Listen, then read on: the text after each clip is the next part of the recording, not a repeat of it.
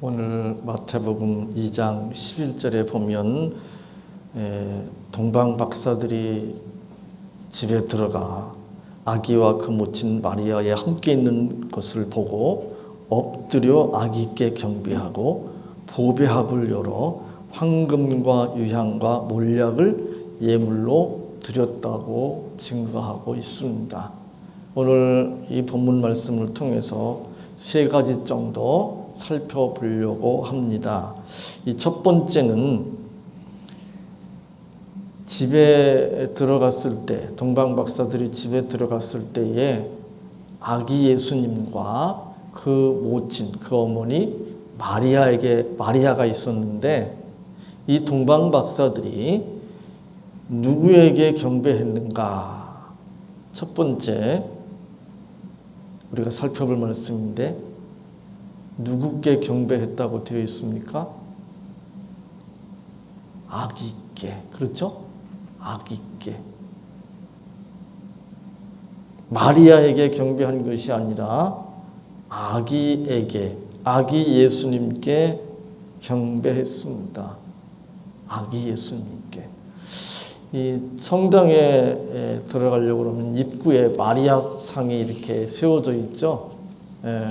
그리고 이 천주교에서 운영하는 그런 보육원이라든지 병원이라든지 무슨 단체에 보면 입구에 마리아상이 이렇게 세워져 있습니다. 그리고 그 신자들이 들어갈 때에 마리아상 앞에서 손을 모으고 이렇게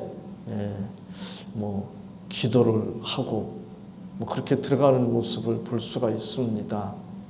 그러나 오늘 본문에 보면 그것이 성경적으로 옳지 않다는 것을 분명하게 보여주고 있습니다. 오직 예수님께 엎드려 경배했습니다. 물론 마리아도 훌륭합니다. 훌륭해요. 그리고 예수님의 어머니로서 또 그의 성령에 잉태된 것을 믿음으로 받아들이고 또 예수님을 낳은 육신의 어머니이기도 하고 또 그 후에도 마리아의 신앙적인 행위들을 성경을 통해서 우리가 확인할 수 있기 때문에 마리아에 대해서 어떤 경의를 표하는 것은 물론 잘못된 것이 아닙니다. 그러나 마리아는 경배 대상은 아닙니다. 그 의미는 좀 이따 다시 살펴보기로 하고, 우리는 성탄절을 맞이할 때마다 마음이 좀 씁쓸한 그런 경우가 많습니다. 그것은 무엇인가 하면 성탄절의 주인공이 예수님이어야 하는데 산타크로스가 대신하고 있지 않은가 그런 생각합니다. 안 믿는 사람들은 그렇다 치더라도 교회에서조차도 그런 모습을 보이고 있는 것이 참 마음이 아파요. 목사님들이 산타크로스 복장을 하고 어려운 사람들 찾아가서 이렇게 여러 가지 선물을 나눠주고 그런 모습이 아름답게 세상 사람들의 눈에는 아름답게 비칠지 모르지만 목사인 저의 눈에는 그렇게 아름답게 보이지는 않습니다. 다른 날도 아니고 성탄절을 앞두고 또 성탄절에 굳이 산타크로스 복장을 하고 목사님들이 또 장로님들이 권사님들이 집사님들이 그런 일을 해야 될까 참 마음이 답답합니다. 그런 것 때문에 많은 사람들이 오해를 하고 있잖아요. 그죠? 그래서 심지어 어떤 교수 재판에 자기들이 원하는 대로 결과가 나오지 않았다고 그래서 그 교수를 십자가를 졌다고 이야기하고 그 남편은 십자가의 예수님이라고 말하고 그것도 보통 사람들이 그렇게 얘기하는 것도 아니고 유명 방송인이 또 국회의원이 그런 표현을 쓰는 걸 보면서 좀 황당합니다. 왜 이렇게 됐을까? 그것은 우리가 오직 예수님께만 엎드려 경배해야 됨에도 불구하고 그렇게 하지 못한 까닭이 아닐까, 그런 생각을 해봅니다. 성탄절은 세상 사람들이 마음이 들떠서, 물론 올해는 코로나 바이러스로 인해서 좀 안 그런 것 같아요. 예전 같지는 않습니다. 그러나 어쨌든 서로 선물 주고받고 또 좋아하는 사람들끼리 만나고 또 몰래 파티도 하고, 대놓고 파티를 못하니까 5인 이상 사적 모임 금지 그랬으니까 참 쓸쓸합니다. 오직 예수님께만 우리의 관심을 모아야 되는데, 성탄절의 관심의 초점은 예수님이어야 하는데 왜 그렇게 되었는가? 우리만이라도 성탄절에 우리의 모든 관심을, 우리의 초점을 예수님께 모아야 합니다. 골로새서 1장 15절은 예수님에 대하여 하나님의 형상이라고 증거합니다. 그는 보이지 아니하시는 하나님의 형상이요 모든 창조물보다 먼저 나신 자니 라고 증거하고 있습니다. 이 형상이라고 하는 말은 본체란 말입니다. 본체, 원형, 본체. 예수님은 하나님이시라는 이야기예요. 쉽게 이야기해서 하나님이신 예수님이 피조물인 인간의 몸을 입고 이 땅에 오셨습니다. 왜요? 우리의 모든 죄를 대신 짊어지시고 십자가에 죽으시기 위해서 오셨습니다. 기독교의 여러 신조들이 있습니다. 우리의 신앙 고백을 담은 신조들이 있는데, 그 가운데 니케아 신조는 하나님이신 예수 그리스도께서 인간의 구원을 위해서 사람이 되셨다, 이렇게 고백합니다. 칼케톤 신조도 예수 그리스도는 참 인간이자 참 하나님이시다라고 고백합니다.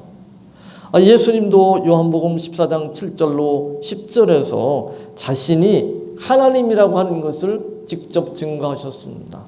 나를 본 자는 아버지를 보았거늘 어찌하여 아버지를 보이라 하느냐라고 반문하셨습니다. 반문은 강한 강조잖아요. 예수님은 하나님이십니다.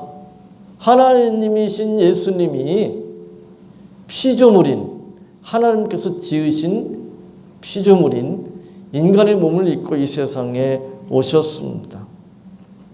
예수님은 바로 하나님 자신입니다. 그런데 육신의 모습으로, 인간의 육신을 입은 모습으로, 그 성육신인 그런 표현을 쓰죠.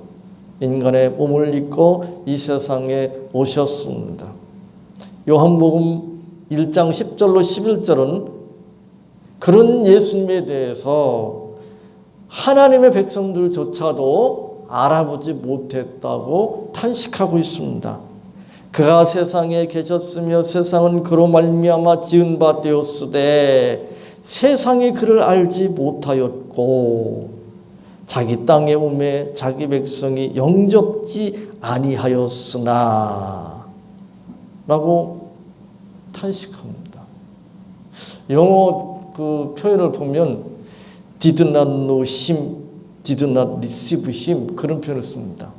did not know him, did not know him, did not receive him, did not receive him. 알지도 못했고 받아들이지도 않았다. 영접하지도 않았다. 너무도 많은 사람들이, 심지어 자신이 기독교인이라고 생각하는 사람들조차도 예수님을 제대로 알지 못하고 예수님을 영접하지 않는 안타까운 현실을 봅니다.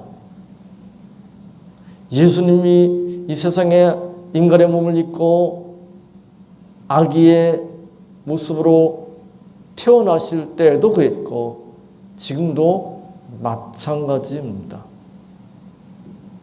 그런데 오늘 본문에 보면 예수님을 알아보고 예수님께 엎드려 경배한 사람들이 있습니다. 물론 들에서 양치던 목자들도 있었습니다.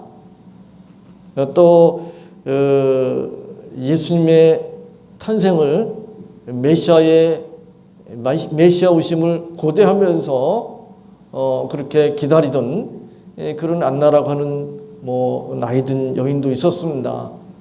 그러나 대부분은 예수님을 알아보지 못하고 예수님께 엎드려 경배하지 못했습니다.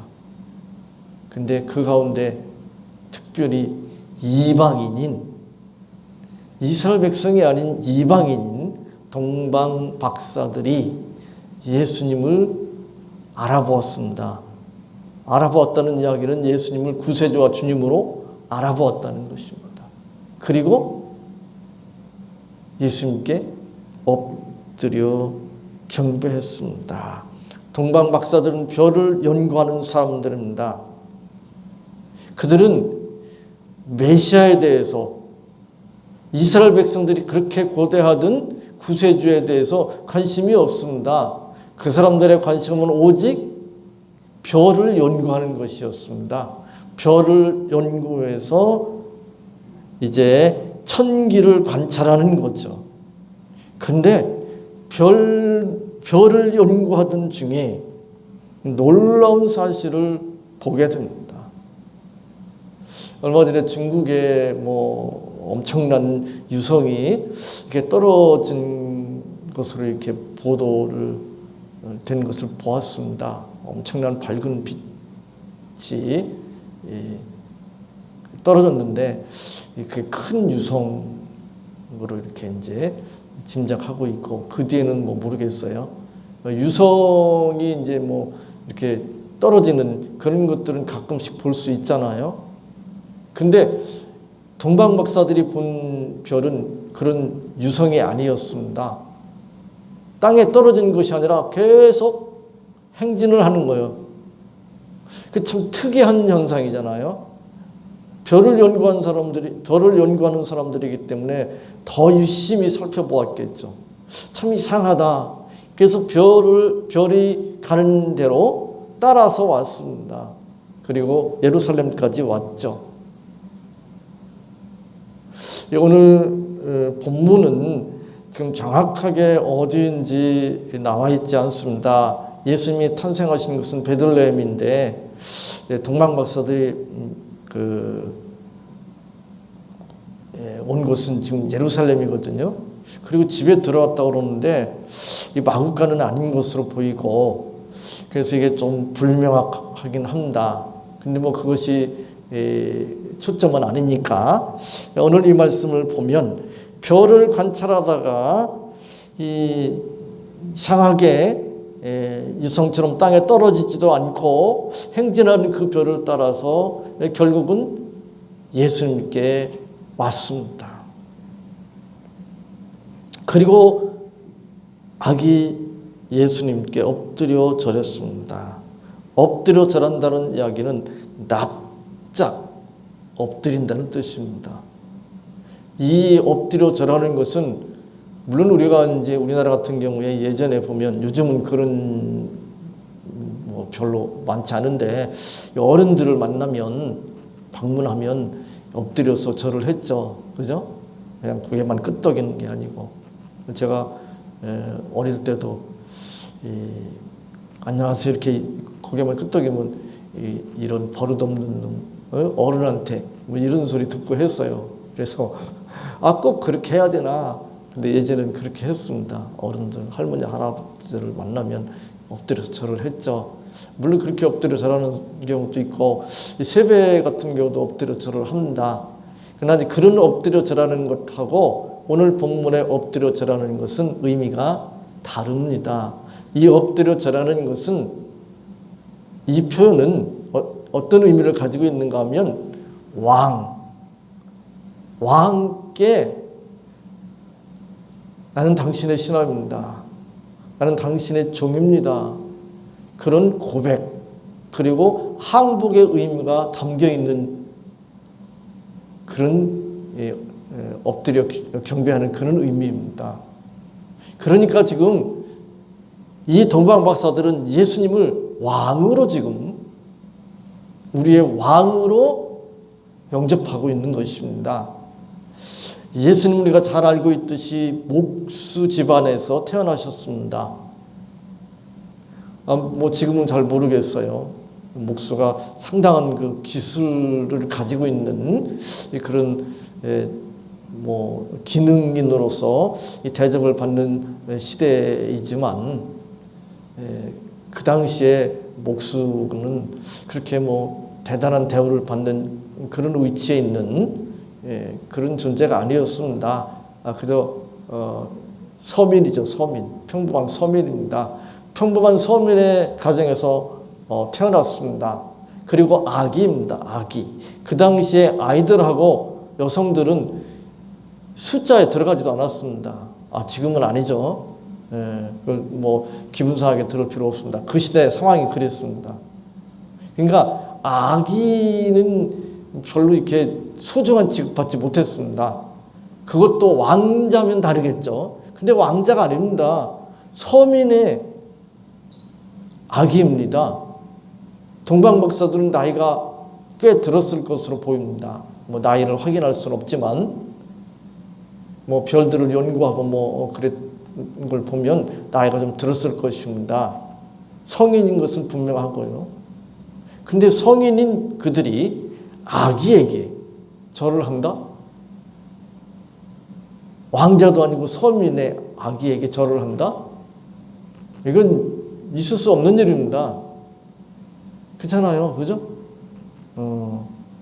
우리도 그러잖아요. 아이가 태어났는데 할머니가 거기 가서 절을 합니까? 아버지가 절을 합니까? 삼촌이나 뭐 이모나 고모가 가서 절을 합니까? 말도 안 되는 소리잖아요. 그죠? 그리고 이 절은 그냥 절이 아니라 엎드려 절하는 것입니다. 납작 엎드려 절하는 것입니다. 경배입니다. 경배. 왕으로. 우리의 왕으로. 동방 박사의 이 행위는 대단한 행위라고 말할 수 있습니다. 예수님만 우리가 경배해야 할 우리의 왕으로, 우리의 구세주와 주님으로 납작 엎드려 경배해야 할 대상이라고 하는 것을 오늘 동방 박사들의 행위를 통해서 성경은 우리에게 분명하게 증거하고 있습니다. 이제 동방 박사들은 세 번째로, 첫 번째는 예수님께 경배했다는 것이고, 두 번째는 납작 엎드려 왕께 드리는 경배를 드렸다는 것이고, 세 번째는 무엇인가 하면, 세 번째는 무엇이죠? 예물을 드렸습니다. 예물을 드렸습니다.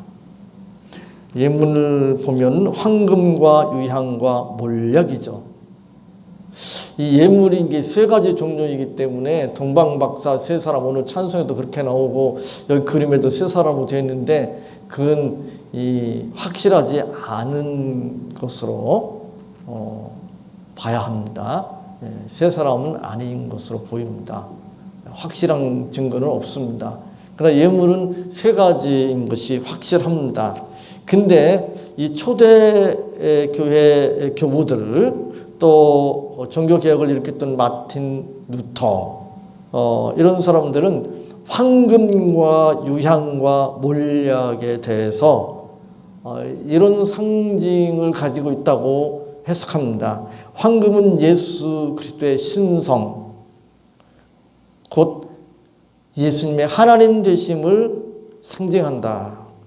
유황은 순결, 곧 흠과 티가 없는 분으로, 다르게 말하면 죄가 없는 분으로 이 땅에 오신 분이라는 것을 상징한다는 것입니다. 몰약은 죽은 사람의 시체의 방부제로 쓰이는 것이기 때문에 십자가의 구속의 죽으심을 상징한다. 이렇게 해석을 합니다. 물론 이런 해석에 대해서 성경이 구체적으로 설명을 하지 않기 때문에 이건 좀 지나친 해석이다. 이렇게 보기도 합니다. 그러나 이런 해석이 상당히 일리가 있다. 이렇게 보기도 합니다. 그러나 어찌 되었든지 간에 이 예물들은 아기 예수님이 우리를 죄에서 구원하시기 위해서 이 세상에 오신 분이라는 것과 그분이 우리의 왕이라고 하는, 우리의 구세주라고 하는, 그리고 그분이 하나님이라고 하는 믿음의 고백을 담은 것으로 이해할 수 있습니다. 동방 박사들이 예수님께 엎드려 경배한 것을 통해서도 우리는 그것을 이해할 수 있습니다. 그리고 이 예물들은 왕에게 드리는 대표적인 예물로 되어 있습니다. 동방 박사들은 예수님께 엎드려 경배했습니다. 예수님께만 경배했습니다. 예수님 우리의 왕으로, 우리의 구세주와 주님으로 알고 그 믿음의 고백을 담아서 경배했습니다. 그런데 그들의 경배의 진실성, 그것을 그들은 예물을 통해서 보여주고 있습니다.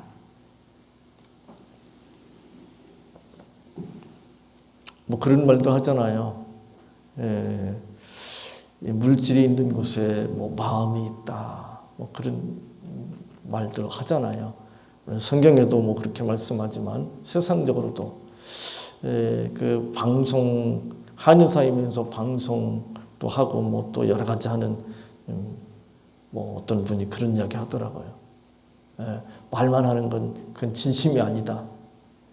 거기 물질이 돈이 따라가지 않으면 그건 가짜다. 뭐 이렇게 막 대놓고 이야기를 하더라고요. 그 좀 극단적이다, 좀 심하다 그런 생각이 물론 들기도 합니다. 그러나 이제 이 립서비스라는 그런 말도 하는데 말로만 하는 것은 이 진실성이 좀 의심되죠. 그렇죠? 그런 의미에서 이 예물들은 믿음의 고백이 담겨 있을 뿐만 아니라 그들의 믿음의 고백이 또 그들의 경배가 진실되다고 하는 것을 보여주는 그런 증거라고 말할 수 있습니다. 2020년 성탄절, 우리의 죄를 대신 짊어지시고 십자가에 돌아가시기 위하여 인간의 몸을 입고 오신 그 예수님, 그 예수님께만 우리가 항복해야 할 것입니다. 그분께만 엎드려 경배해야 할 것입니다. 그분만이 우리의 왕이, 우리의 구세주요 주님이라고 고백하며 경배하며 그 믿음의 고백에 담긴 예물을 드려야 할 것입니다. 올 한 해 참 힘들고 어렵게 보냈습니다. 내년도 만만치 않을 것으로 보입니다. 이 백신 접종이 어느 정도 뭐 국민의 60% 이상 접종이 돼야 이 코로나 바이러스 정식이 가능할 것이다. 이렇게 보는데 내년 11월, 12월 1년 후죠. 그때까지도 60% 접종이 현재로서는 낙관할 수 없다 그러죠. 그리고 현재 백신 계약한 백신들이 다 우리나라에서 계약한 백신들은 다 아직 안전성이 확보되지 않았습니다. 삼상 실험도 아직 안 된 것들입니다. 대부분. 그래서 삼상 실험에서 어떻게 될지도 모르고 FDA의 승인이 날 수 있을지 그것도 알 수 없는 일이고 계약은 했다고 그러지만 어떻게 될지 모르는 상황이라서 참 마음이 답답합니다. 그래도 우리의 소망은 백신에 있는 것도 아니고 정권을 잡은 자들의 정책에 있는 것도 아니고 오직 어디에 있습니까? 예수님께 있습니다. 내년도 좀 전망이 어둡긴 하지만 그러나 그래도 우리는 예수님으로 인해서 기뻐하고 감사할 수 있어야 되겠습니다. 예수님께만 우리 믿음의 고백을 담은 경배를 드릴 수 있는 복된 성탄절 되시기 바랍니다. 하나님 감사합니다. 오늘 복된 성탄절을 맞이해서 동방 박사들의 그 믿음의 행위를 통하여 저희들을 돌아보게 하시고 저희들이 어떻게 주님께만 왕으로 구세주와 주님으로 경배해야 할지 가르쳐 주시니 감사합니다.